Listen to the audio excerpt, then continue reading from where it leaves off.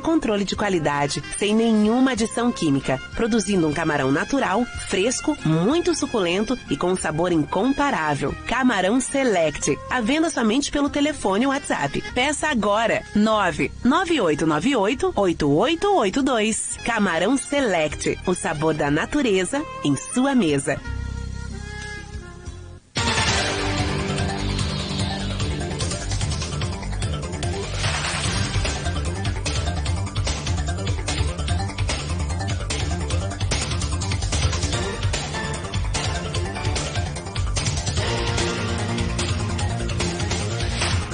Bom, 8h07, voltamos com o Folha no Ar, primeira edição, e com a nossa conversa com o Caio Cunha, que é o gerente de Relações Institucionais da Porto do Açu.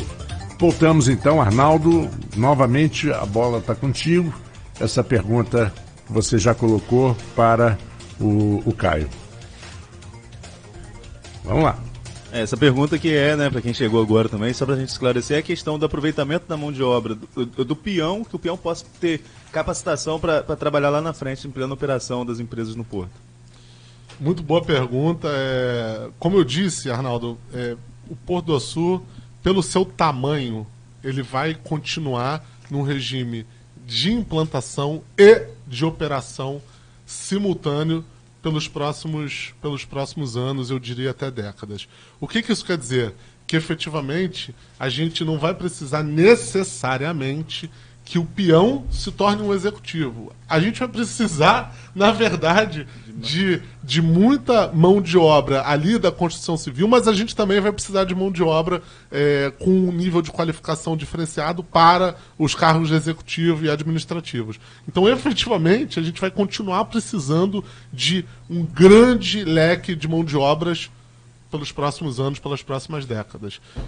Mas a gente sim está preocupado com a questão da qualificação, a gente sim está preocupado e está no nosso radar ações de desenvolvimento na área de educação, e a gente tem algumas coisas nesse sentido. A gente tem, portanto, alguns programas de educação, principalmente voltados à educação ambiental, à conservação das espécies. A gente tem ali um hotspot de tartarugas marinhas, e a gente está nas escolas, a gente está na comunidade falando sobre isso efetivamente, mas a gente também tem um contato muito próximo com os institutos técnicos, com as faculdades da região, que hoje oferecem uma mão de obra super qualificada, e a gente, portanto, isso se reflete no Porto do Açu. A gente tem quase 50% da mão de obra do Porto do Açu aqui do município de Campos de Goytacazes.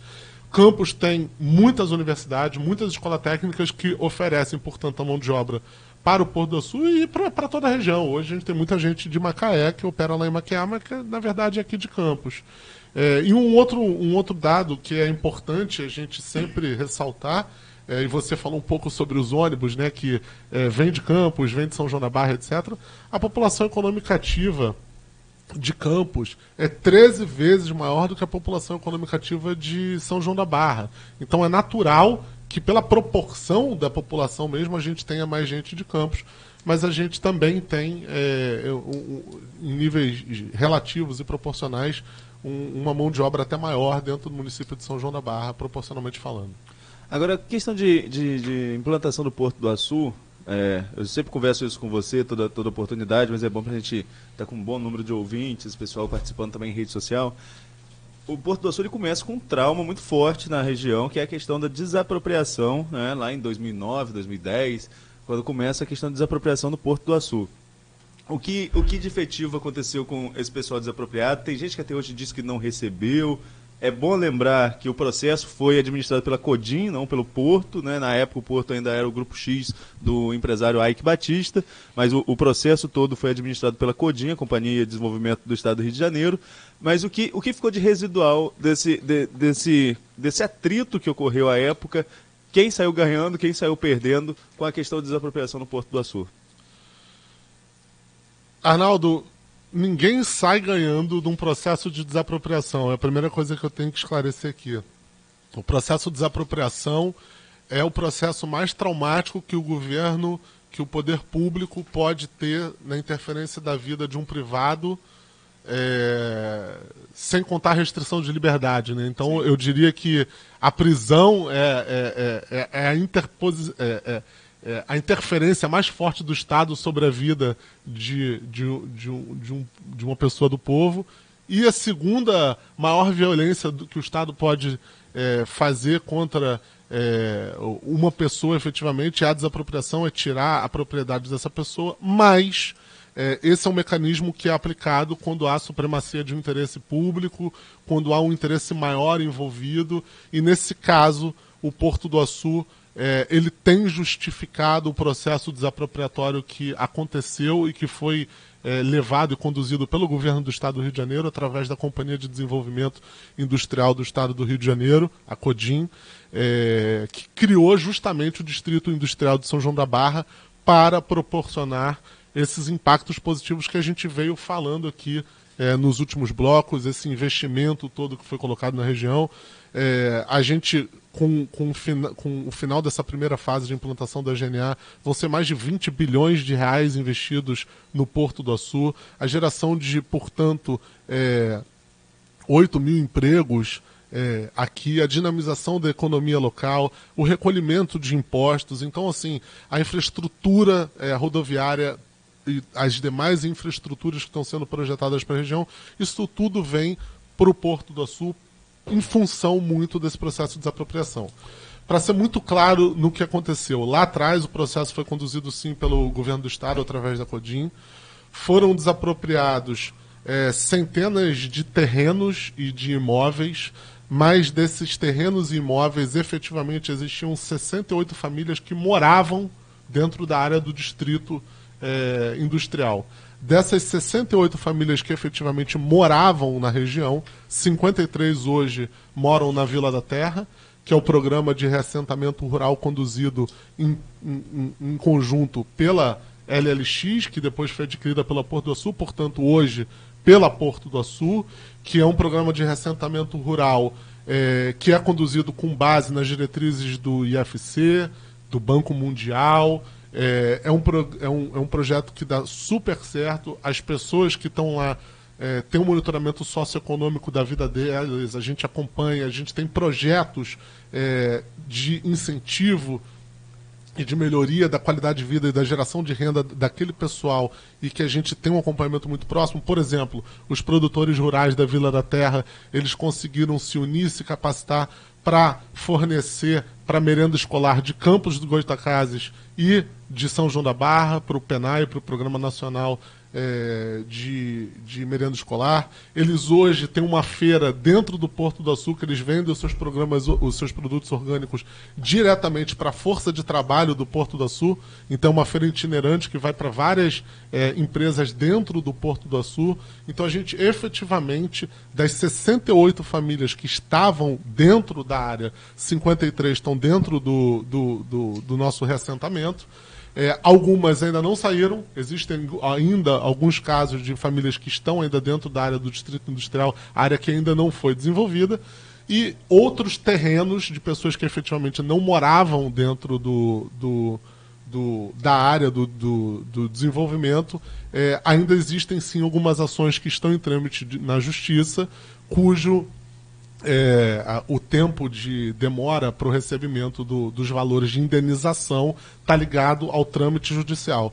Mas uma coisa que é importante também a gente ressaltar é o seguinte: a empresa, de maneira voluntária, foi até todos os impactados, 100% dos impactados pelo processo de desapropriação, e numa medida de tentar diminuir esse impacto social, ofereceu a indenização, a mesma indenização que a pessoa receberia no final do processo, de maneira antecipada, para a pessoa, se quisesse desistir do processo, receber imediatamente. Algumas pessoas decidiram não entrar nesse acordo, decidiram não receber o valor e continuaram litigando na Justiça, e são provavelmente as pessoas que efetivamente ainda estão litigando pelo valor da terra, que é um direito de todos, né? Agora, a questão da titularidade dessa terra lá na Vila da Terra. Todo mundo é dono da propriedade, todo mundo tem sua escritura, porque lá no processo de desapropriação, eu lembro bastante que muita gente não tinha como provar que tinha posse, mas não tinha propriedade, né? Uma questão burocrática da situação. Agora, quem está na Vila da Terra tem documento, já é dono daquele espaço? É dono do espaço, tem a posse, tem alguns documentos de comprovante, como contas, etc., mas ainda não tem a propriedade. A propriedade ainda não foi transferida porque a própria propriedade para a Porto do Açu, para depois ser repassada para os titulares de cada um dos lotes, ainda está num processo burocrático de legalização, porque veio de um grupo que era uma massa falida, que era uma usina, etc., e tem todo um trâmite burocrático. É garantido por contratos, é garantidos por termos de jurídicos que, enfim, estabilizam essa relação com as pessoas que estão na Vila da Terra. Eu garanto que esse é um processo que está em curso, que é burocrático, mas que a propriedade vai ser transferida tão logo a gente consiga caminhar com esse processo, que ainda tem umas barreiras aí burocráticas para serem vencidas. Agora eu vou voltar um pouquinho, lá quando você falou da Vila da Terra, que o pessoal está vendendo o produto lá dentro do Porto do Açu. Nós temos o Sesc Mineiro em São João da Barra, que é um empreendimento muito grande e bem antigo, tradicional ali no centro de São João da Barra. Mas os muros do Sesc são tão altos quanto a possibilidade de a gente saber o que acontece lá dentro. Parece que o Sesc se fecha, é um território fora da cidade, não há uma integração, apesar de empregar muita mão de obra local, as empresas que trabalham lá são empresas de São João da Barra, enfim. Mas há um certo afastamento, os muros do Sesc meio que afastam o Sesc da comunidade em si. E há um temor muito grande de que aconteça o mesmo com o Porto. Você falou há pouco do centro de conveniência que vai ser instalado.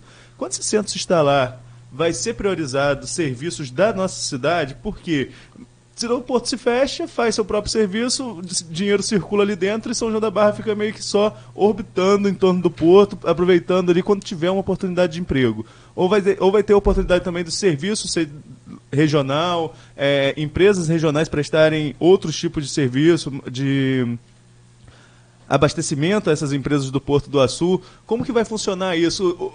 Corre o risco do Porto ser um local totalmente isolado do convívio com a comunidade? Excelente pergunta. A gente tem alguns mecanismos em curso e a gente tem certeza que existe espaço para melhoria, mas a gente tem alguns mecanismos em curso justamente para que isso não aconteça, Arnaldo. Então, só para te ter uma ideia, no ano passado a gente recebeu mais de 1.800 visitantes. A gente tem um programa de visitas em curso, em que a gente tenta atender a maior quantidade de pessoas possível. A gente foca essas visitas em visitas comunitárias e visitas de estudantes. Então a gente recebe universitários, professores, escolas técnicas e escolas da região no Porto do Açu para tentar aprimorar essa integração. A gente tem mecanismos de diálogo que vão desde o 0800 até páginas de internet, mídias sociais, etc. E a gente também tem, na medida do possível, a abertura das nossas portas para que haja essa integração. Vou te dar um exemplo. O espaço que a gente está criando, o centro de conveniências, ele não vai ser exclusivo aos funcionários do Porto, ele não vai estar fechado ao uso da comunidade, e ele vai poder ter acesso a qualquer pessoa ali do quinto distrito ou da sede do município que queira ir lá usar os serviços. Ele vai ser aberto ao uso público e, inclusive, ele é uma parceria entre o Porto do Açu e um grupo de empreendedores locais, de Campos, no caso, mas são empreendedores locais que vão ter, portanto, negócios locais enfim, qualquer um, é aberto a qualquer um que quiser investir lá, pode investir, mas ele já nasce com um contexto de um investimento local. Agora que tem uma pergunta aqui, na questão de incentivos, de parcerias, é uma pergunta aqui das Dores Ferreira, da Praia de Atafona, ela falando, a Prefeitura e o Porto, na verdade ela faz uma indagação e queria ver se existe a possibilidade. A Prefeitura e o Porto do Açu bem que poderiam fazer uma parceria para fazer o quebra-mar, aquela questão da contenção do mar em Atafona, já que ambas partes estão lucrando. Seria o maior sonho realizado para a população de Atafona e turismo, e também incentiva turismo. Porto do Açu já foi sondado nesse sentido. A prefeita Carla, eu sei que tem constante diálogo com você, com o Porto de forma geral, mas com você numa sintonia mais, digamos assim, mais efetiva, até mesmo pela sua posição. E já foi feito algum contato nesse sentido, de se buscar...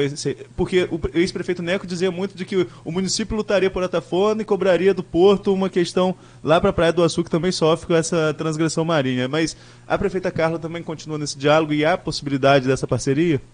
Olha, essa é uma excelente pergunta.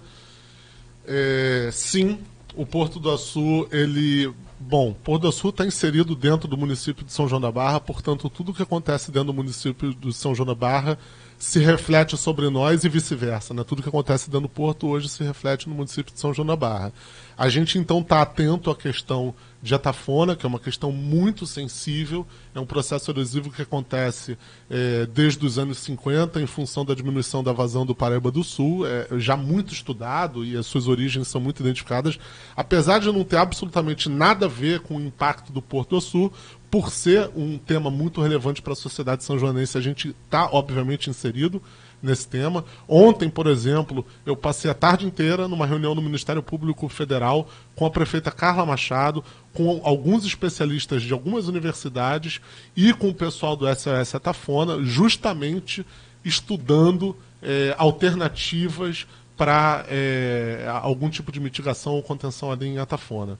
O que eu posso dizer sobre isso é o seguinte: tecnicamente é um assunto extremamente complexo. Sim. Ainda não há nem entre os especialistas um posicionamento muito claro de qual é a melhor alternativa para se atacar esse problema.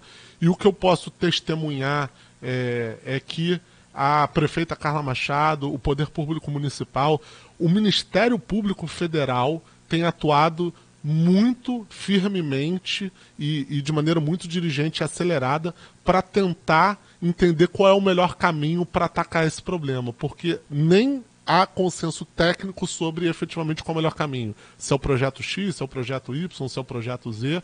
Então, tá se conversando com diversas universidades, com diversos especialistas nesse setor. Eu tenho acompanhado que os maiores especialistas do Brasil, inclusive um deles que tá nessa discussão técnica, é um especialista que ajudou a construir o próprio Porto do Açu. O professor Paulo Rosman, que é um consultor nosso da COP, da UFRJ, também está inserido nisso. Então a gente vem acompanhando, a gente vem apoiando, e toda e qualquer iniciativa que a gente possa apoiar na solução desse problema é do nosso maior interesse. Caio, eu vou voltar de novo aqui, que a gente vai chegando pergunta, a gente acaba fugindo um pouco de uma ordem cronológica de perguntas e a gente precisa voltar a alguns assuntos. A gente falou um pouco sobre o processo de desapropriação. Não sei se, como o Marco Antônio falou, não querendo colocar ninguém em saia justa aqui, mas a gente não pode falar do Porto do Açu sem falar do Ike Batista, visionário, que teve aí sua derrocada, mas foi um empreendimento que ele deu o pontapé inicial. Recentemente, algumas revelações, aí, sobretudo da Lava Jato Fluminense, colocam o Porto do Açu no centro das discussões de um repasse milionário da 16 milhões e meio de dólares ao Ike Batista, do Ike Batista ao Cabral, e que a contrapartida seria uma facilitação para a construção do porto. Na exploração política do fato, muita gente até falou em revogar alguma coisa, revogar a desapropriação. Queria saber, dentro da empresa, isso repercutiu de alguma forma? Há algum temor de que possa acontecer? Porque no Brasil, Marco Antônio sempre fala muito isso, né? Que fora do Brasil não se pune empresa, se pune quem faz o crime. Quem faz o crime. E aqui no Brasil pode sobrar muitas vezes até mesmo para o CNPJ. Pode ver por causa da Petrobras, por exemplo, o quanto que a Petrobras vem sofrendo, além de ter sido saqueada por tantos anos, vem sofrendo as consequências da Operação Lava Jato. Agora, dentro do Porto do Açu de maneira geral, há algum temor de que essas conjunturas políticas anteriores que estão sendo investigadas possam atrapalhar o desenvolvimento do que já está em andamento? Arnaldo, eu não diria que a palavra é temor, né? Se aconteceu efetivamente algum mal feito pelo antigo controlador antes da chegada da EG, antes da constituição da Prumo, a empresa seria uma vítima tanto quanto qualquer ente da sociedade desse mal feito. Claro. Então a repercussão negativa que se abateria sobre a empresa não nos traz temor, mas nos traz uma visão de que a gente também poderia ser Não, mas quando eu falo impactado por temor, isso. Caio, por exemplo, se a Assembleia revoga, como chegou a se cogitar, todo o processo de desapropriação, isso traria um impacto efetivo para o andamento do porto, né? Arnaldo, vamos lá. A revogação desse decreto é algo que tecnicamente, juridicamente é muito complexo, né? Você revoga o decreto e o que você faz com as empresas que estão instaladas naquela região?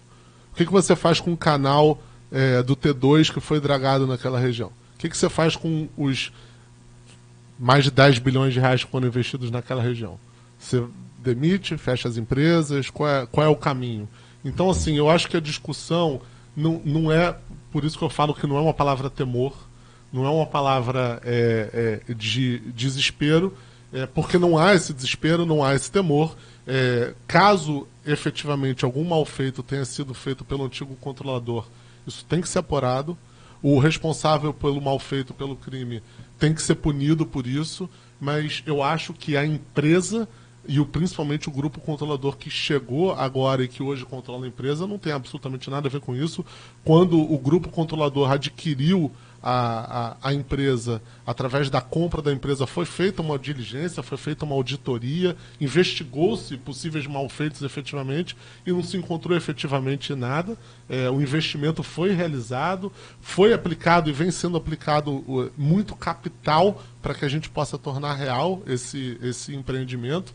E a gente não interpreta como temor, pelo contrário, a gente, se alguma coisa respingasse na empresa, a gente seria vítima como qualquer pessoa da sociedade brasileira. Agora, com relação ao distrito industrial, né, a gente falou um pouco sobre desapropriação, eu conversei isso com você até naquele encontro que teve com a imprensa lá no Sorro no ano passado, mas seria bom a gente externar aqui.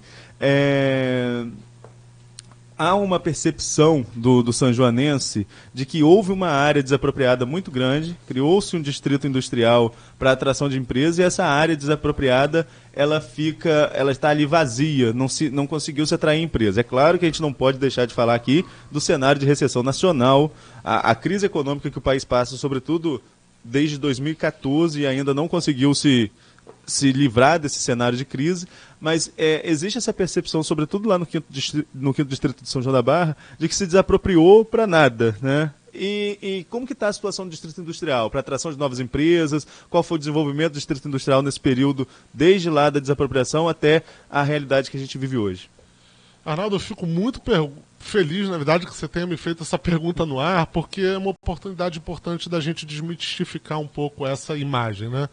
Então, dentro do distrito industrial hoje de São João da Barra estão presentes grande parte dos nossos empregos, né, efetivamente, né?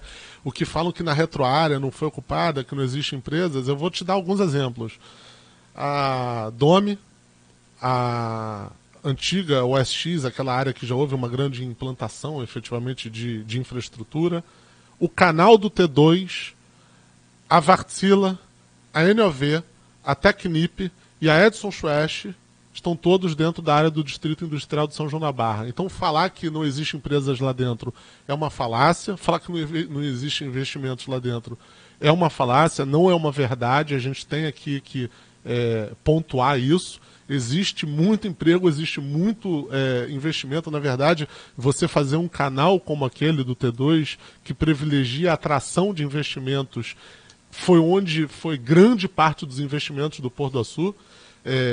Em área molhada, a gente já tem uma ocupação de 48%, são 18 milhões de metros quadrados, sendo que desses 18 milhões de metros quadrados, 48% já está ocupado, ou seja, se a gente for ver só área molhada, já tem aí quase metade do caminho ocupado. O Porto do Açu compreende uma área muito maior do que a área desapropriada. A área desapropriada, a gente está falando de mais ou menos 70 milhões de metros quadrados, 70 quilômetros quadrados. O Porto do Açu, em sua área total, tem 130 milhões de metros quadrados, porque também tem a aquisição de uma área direta pela empresa, que é a antiga Fazenda Saco Dantas, hoje onde está a Ferroporte, onde está o T1, onde está a sede da Porto do Açu, onde está a BP Prumo, onde está a GNA, onde está a Ângulo, onde está a Supetróleo. E existe também o que eu considero que é a joia da nossa coroa, a RPPN Caruara, com seus 40 quilômetros quadrados, que é a nossa unidade de conservação integral, que a gente fez voluntariamente, já foram mais de 30 milhões de reais aplicados ali. Numa unidade de conservação, a gente transformou 40 quilômetros do nosso terreno de maneira perene, está verbado na matrícula desse imóvel, ele nunca mais vai poder ter outra destinação, senão uma unidade de conservação integral. É bom você falar isso porque começou a circular em rede social por aqui de que seria reduzida a área da Caruara, então isso não pode acontecer, né? É juridicamente impossível você reduzir a área da Caruara, ela foi averbada na matrícula do imóvel para sempre, ela vai ser uma zona integral de conservação e que você não pode ter desenvolvimento econômico naquela área. Agora, com relação ao Distrito Industrial, a evolução do Distrito Industrial São Joanense ele é muito mais rápido do que outros. Você chegou a comentar isso comigo lá no ano passado. O Distrito Industrial de São João da Barra é o maior distrito industrial do estado do Rio de Janeiro, se não me engano são 11 no total.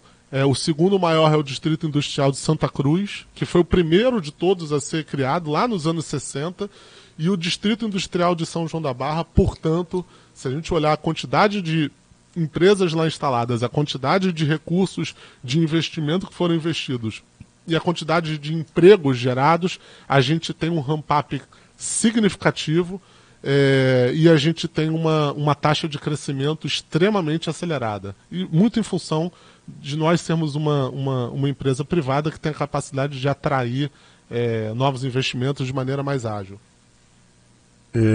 Caio, eu não sei se o Arnaldo tem mais uma pergunta. Se tiver um tempinho, a gente tem mais uma ainda. Faz mais uma pelo seguinte, porque eu quero fazer a última. Então tá certo. Para fechar o programa. A gente citou aqui, Caio, a GNA como a grande novidade, o grande alavancador do Porto para os próximos anos, contratos com a Petrobras. A gente sabe que contratos com a Petrobras que começou esse transbordo, já tinha anterior e tem previsão de ampliação. A gente sabe que o Porto do Açu, inclusive está com o novo presidente, que é o Tadeu Fraga, né? Já é a partir de agora, já mudou? Como que é a situação lá? Tadeu já é presidente? Na transição com Magela, né? O Tadeu ele era presidente, ele era CEO da Porto do Açu Operações, empresa que eu trabalho, e o Magela, depois de 3 anos e meio de contribuições fantásticas na Prumo, que é a holding do grupo, ele sai da Prumo, e quem entra no lugar dele é o Tadeu, que saiu da posição de presidente da Porto do Sul e virou presidente da holding da Prumo Logística. O Tadeu, é bom a gente falar aqui, Marcos, tem raiz aqui em Campos, isso, né? O pai dele é da região ali da Baixada Campista. Quando eu conversei com ele, ele fala, meu verão foi Atafona, foi Gruçaí, foi Farol. Então é uma pessoa que conhece um pouco da região, né? Muito. E como o povo aqui é bairrista, é bom a gente lembrar, então é bom a gente sempre comentar quando tem alguém que tem raiz aqui que tá se destacando também no Porto. Caio, mas como eu estava falando, a gente comentou aqui sobre muitas empresas em andamento, muitos empreendimentos em andamento, mas o Porto não para, né? Eu falei isso lá no início, é uma coisa que todo mundo já percebe, que não tem volta. E quais são as perspectivas para os próximos anos? Tem outras empresas aí já sendo sondadas, você tem contratos já sendo alinhavados que ainda não foram revelados. O que você pode trazer de novo para a gente com relação aos próximos anos no Porto do Açu? Então eu vou engatar já com a última, para juntar com essa aí. Ninguém tem bola de cristal, a gente sabe disso. E 10 anos hoje é médio prazo. Às vezes até, dependendo do tipo de investimento, até curto prazo. Mas em 10 anos, aproveitando, você responde a pergunta do Arnaldo e depois emenda na minha. 10 anos, o que você acha? Nos próximos 10 anos, vamos chegar, que nós estamos chegando a 2029, 2030. O que você acha que o Porto do Açu poderá estar gerando nessa época de empregos? Você falou, hoje nós temos 8 mil, né? As coisas indo da forma que vocês esperam e da forma que vocês estão investindo para isso, o que você acha que esse empreendimento todo poderá estar absorvendo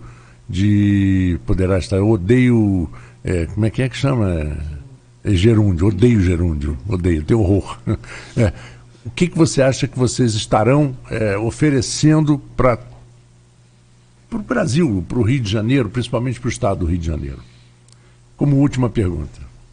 Obrigado pelas últimas perguntas, que a gente, na última pergunta, a gente pode olhar para o futuro, né? Eu acho que olhar para o futuro, na visão de um empreendedor, eminentemente olhar de forma positiva e de forma otimista, né? A gente não empreende pensando que vai dar errado, nem trabalhando para dar errado, pelo contrário. A gente empreende, a gente gasta nossa capital, a gente está longe das nossas famílias, a gente está trabalhando arduamente para a gente criar algo positivo, e a visão do Porto do Açu é criar algo positivo com valor compartilhado para toda a região. Nesse sentido, Arnaldo, meu caro, temos sim negociações em curso, temos sim muita coisa que está sendo negociada, inclusive há algum tempo.